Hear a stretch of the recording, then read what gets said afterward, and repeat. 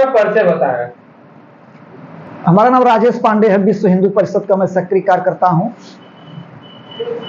आज मऊ आना हुआ है आपका, हाँ। किस संदर्भ में आना हुआ? मऊ आज इसलिए आए कि हमारे बीच के साथी मऊ के बहुत बड़े चेहरे, सबसे बड़ा चेहरा दलित समाज का, बहुत बड़ा चेहरा मऊ की धरती का, अनुसूचित समाज का डॉक्टर अनिल कुमार हमारे विश्व हिंदू परिषद परिवार से जुड़ चुके हैं, सदस्य बनाए गए हैं। आज उन्हीं के स्वागत में ये इंटरव्यू हो रहा है आपके माध्यम से। यही है हमारे डॉक्टर अनिल कुमार जी, इनको भगवा अंगवस्त्र से मैं सम्मानित करता हूं। विश्व हिंदू परिषद परिवार की तरफ से बहुत बहुत बधाई, हार्दिक शुभकामनाएं देता हूं। ये हमारे डॉक्टर अनिल कुमार जी, इनका परिचय मैं आपको देते हुए बताना चाहता हूं कि कोरोना काल में हजारों की संख्या में मास्क वितरण, सैनिटाइजर वितरण और मुफ्त में दवा इलाज हमारे डॉक्टर साहब ने अपने कर कमलों के द्वारा किया है। आज भी जितने लोग इनके डिस्पेंसरी पर आते हैं, निःशुल्क गरीब वर्ग के लोगों की सेवा करने के लिए तत्पर रहते हैं। ऐसे अनुसूचित समाज के बड़ा चेहरा मऊ की धरती से निकलकर हमारे विश्व हिंदू परिषद परिवार में जुड़ा है और इनके साथ काफी लोग जुड़े हैं। आने वाले समय में दलित समाज, विश्व हिंदू परिवार का हिंदू हमारा भाई दलित समाज कंधे से कंधा मिलाकर चलेगा। हमारे डॉक्टर अनिल भाई हमारे साथ आज मौजूद है। बट एक तस्वीर देखा गया हिंदू परिषद से है और आप बातों को रख रहे हैं, मगर एक तस्वीर देखा गया कि इसमें विपक्ष ने काफी बवाल कर दिया था कि ढोल गवार शूद्र पशुनारी सब ताड़ना के अधिकारी, इसमें काफी बवाल हुआ था, उसको आप कैसे देखते हैं? देखिए, शूद्र का जो शब्द विपक्ष ने दिया था कि शूद्र वाली जो बवाल किया था, मैं बताना चाहता हूं मेरे भाई आपसे कि शूद्र समाज का अछूत कभी नहीं रहा है। शूद्र समाज का बलवान है, सबसे शक्तिशाली मजबूत है। भगवान राम रावण को मारने के लिए अगर जंगल जाते तो राजा के लड़के थे, सेना लेकर के जाते, रथ पे सवार होकर के जाते।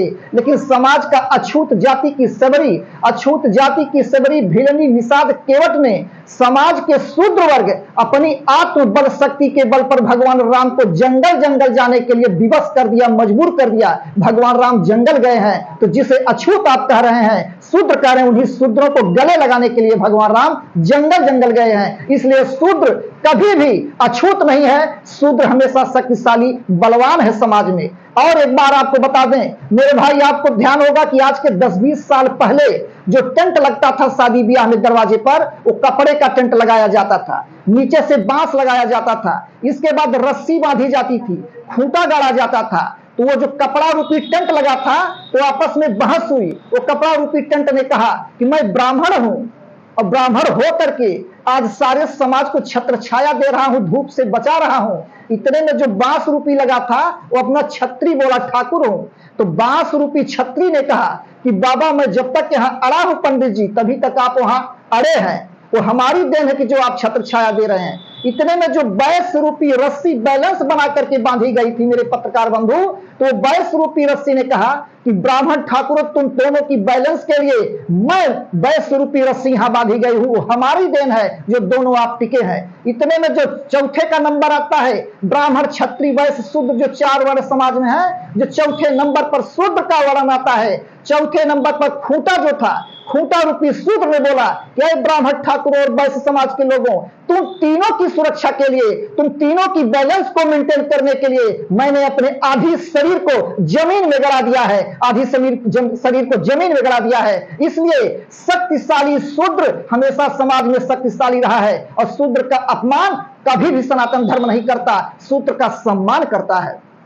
मगर कई जैसी तस्वीरें देखी गई कि कहीं पे मंदिर में जाने से प्रवेश कर दिया जाता है, तो कभी पता चलता है कि बड़े बड़े कार्यक्रमों में बहुत सारी चीजों को इग्नोर किया जाता है। जैसे एक राजस्थान में भी घटना घटी थी कि एक शूद्र के बेटे ने जब घोड़ा पे चढ़ा था तो उसके साथ भी मारपीट की गई थी। इन सारी चीजों को भी, इस सारी तस्वीरों को भी देश ने देखा है, तो इसको कैसे भुलाया जा सकता है? देखिए, यह कभी भी सनातन धर्म का जो मानने वाला है, रामायण गीता को मानने वाला है, कभी भी कोई व्यक्ति किसी मंदिर पे हो ही नहीं सकता।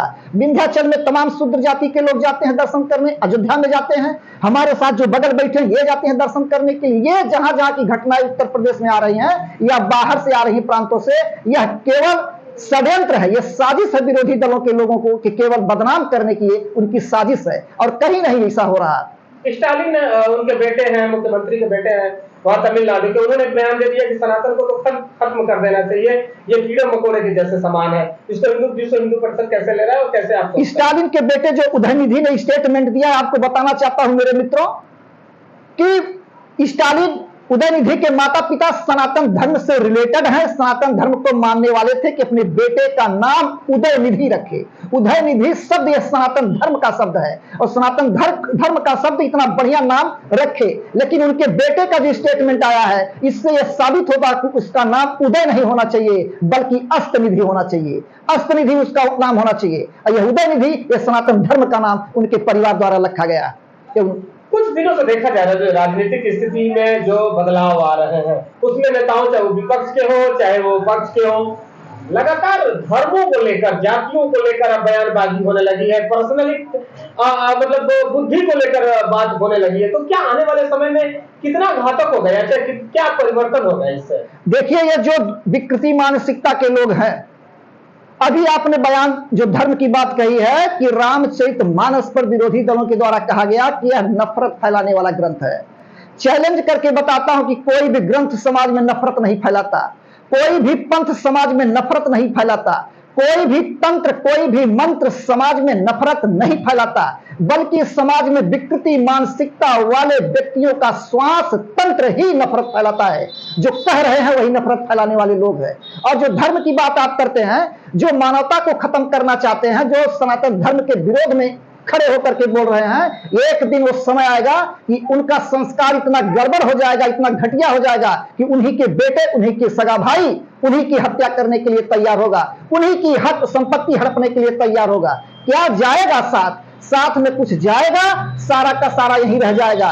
एक किसी विद्वान ने बड़ी अच्छी बात कही है, याद तो नहीं आ रहा कि कौन विद्वान कहा है, लेकिन बड़ी गजब की बात कही है कि न बेटी रहेगी न बेटा रहेगा, न बेटी रहेगी न बेटा रहेगा, अकेला कब्र में तू लेटा रहेगा, न बेटी रहेगी न बेटा रहेगा, अकेला कब्र में तू लेटा रहेगा, छूटेगी तुझसे हर माल दौलत, छूटेगी तुझसे हर माल दौलत, दो गज कफन में लपेटा रहेगा, दो गज कफन में लपेटा रहेगा, अपने तू कर्मों से नेक जो करेगा, अपने तू कर्मों से नेक जो करेगा, सूरज की भांति चमकता रहेगा। इसलिए मेरे प्रिय बंधुओं, मेरे पत्रकार बंधु, जो भी मानवता को तोड़ना चाहते हैं, एक दिन उस समय आएगा उनका परिवार उन्हीं का साथ छोड़ देने के लिए तैयार होगा। अभी जो राजनीतिक चीजें चल रही हैं, जिस तरह से राजनीति जा रही है, मंच लगाकर किसी भी जाति को साधा जा रहा है, किसी भी धर्म को साधा जा रहा है, तो इससे क्या होगा? बेहतर देश बनाने के लिए आइडिया बढ़िया है या सत्ता पाने के लिए आइडिया बढ़िया है? देखिए, धर्म और जाति, धर्म जो है हमारा कभी जात में बांटने का बात नहीं करता है।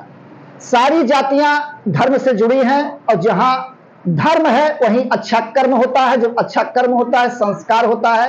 ये जो जातियां हैं ये तो समाज को चलाने की एक व्यवस्था बनाई गई है।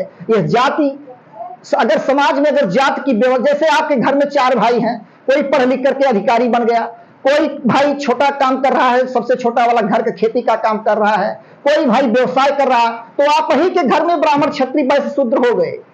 4 बेटे जिसके पास हैं, 4 भाई हैं, कोई सर्विस वाला, कोई खेती वाला, कोई व्यवसाय वाला है, कोई लड़ाई झगड़ा वाला, कोई हो गया ब्राह्मण क्षत्रिय वैश्य शूद्र। इसलिए यह जातियां समाज की व्यवस्था को सुचारू रूप से संचालन करने की व्यवस्था है और धर्म जात में बांटने की बात नहीं करता, और जो धर्म हर जातियों को सम्मान करता है। क्या लग रहा है, आप जो ये आपके साथ इस समय जो बैठे अनिल कुमार जी हैं, उधर क्या नाम है आपका? डॉक्टर रमेश गौड़। ये डॉक्टर रमेश प्रसाद गौड़ जी है। डॉक्टर रमेश प्रसाद गौड़ जी। हाँ। कितनी आसानी से लोग एक साथ बैठ के बातें करते हैं। जैसे राजनीति, जैसे चुनाव आने लगता है तो हर जाति के नेताओं को, जातियों को साधने में लोग लग जाते हैं, पार्टियां साधने में लग जाती हैं। तो कितना सही है ये? यही तो देश का दुर्भाग्य है कि हमारे देश के नेता जाति पात का बंटवारा देकर खाई की खाई नहीं बल्कि समुद्र बनाते चले जा रहे हैं। वही विश्व हिंदू परिषद परिवार बटे हुए जातियों में एकता के सूत्र में बांधने का प्रयास कर रहा है। दलित समाज में जाकर के अनुसूचित समाज में अभी इन्हीं के नेतृत्व में बहुत बड़ा कार्यक्रम सहभोज का हुआ था, हम ही आए थे, उसमें विश्व हिंदू परिषद की परिवार की तरफ से किया गया। तो इसलिए इसी जात पात की व्यवस्था को, इस तरह से भेदभाव को न किया जाए, खत्म करने के लिए विश्व हिंदू परिवार कटिबद्ध है, पूरे देश में अभियान चला रहा है। जैसे आपने कहा कि हम लगातार शूद्र जो जाति के लोग हैं, जो छोटी जाति के लोग हैं, उनको हम साधने में लगे हुए हैं। एक तस्वीर निकल कर आई, पूरा देश देखा, हाथरस में बेटी को रात को 12 बजे जला दिया गया। उसमें आप कहां खड़े थे और किसके पक्ष में खड़े थे, और आपने विश्व हिंदू परिषद में क्या किया? विश्व हिंदू परिषद हमेशा न्याय के पक्ष में खड़ा रहता है। जो एजेंसियां हैं, शासन तंत्र की व्यवस्था अपना काम कर रही हैं, करती हैं और कर चुकी हैं। हर कांडों में आपने देखा भी है, हमेशा विश्व हिंदू परिषद परिवार वोट की बात नहीं करता है, केवल समाज में पड़ने वाले चोट की बात करता है कि दलित समाज के जो हमारे साथ बैठे हैं, इनके परिवार, इनके समाज में चोट न पड़ने पाए, किसी तरह से पट्टी मरहम लगाने का काम सबसे पहले विश्व हिंदू परिषद परिवार का कार्यकर्ता ही जाता है। जी, अपना परिचय बताएं। मैं डॉक्टर अनिल कुमार, मेरे बड़े भाई तमाम माननीय राजेश पांडे जी विश्व हिंदू परिषद से हैं। इन्होंने हमें ये भगवा गमछा देकर सम्मानित किया, इसके लिए मैं इनका तहे दिल से बहुत बहुत धन्यवाद करता हूं। और सब साथ कार्यक्रम में काम करने के लिए तत्पर हैं। हाँ, देखा है, उन्होंने जैसा बताया कि आप विश्व हिंदू परिषद परिवार के सदस्य हैं, बन रहे हैं। ऐसी कौन सी बात आपको अच्छी लगी, चाहे ऐसे कौन से विचार आपको अच्छे लगे कि जिनसे लगा कि नहीं अगर विश्व हिंदू परिषद की तरफ? देखिए, सबसे पहले जब हम लोग शिक्षा लेते रहे तो किसी ने कहा कि ज्ञानी व्यक्ति से ही शिक्षा लेनी चाहिए या बड़े से दोस्ती करनी चाहिए। तो कहने का मतलब यह है कि आप लोग बुद्धिजीवी वर्ग में वैसे भी आते ही हैं, तो हम लोगों ने सोचा कि भाई संबंध है तो एक सामाजिक रूप में भी संपर्क बनाया जाए और इनके माध्यम से भी समाज की जो सेवा हो सके करने का प्रयास किया जाए। वैसे तो भारतवर्ष आज संविधान के अंतर्गत चलता है और मैं संविधान को मानने वाले विचारधारा से मैं विश्व हिंदू परिषद का भी सम्मान करता हूं। और जिस तरह से एक गार्जियन के रूप में आप आदेश करेंगे, मैं अपने समाज के लोगों को ध्यान देते हुए उस आदेश का पालन भी करूंगा। और समय समय पर अगर हमारे समाज के लिए किसी चीज़ की ज़रूरत पड़ी तो हम इनसे उस तरह की आशा भी करूंगा कि भविष्य में उस तरह का हमें सहयोग प्रदान मिले।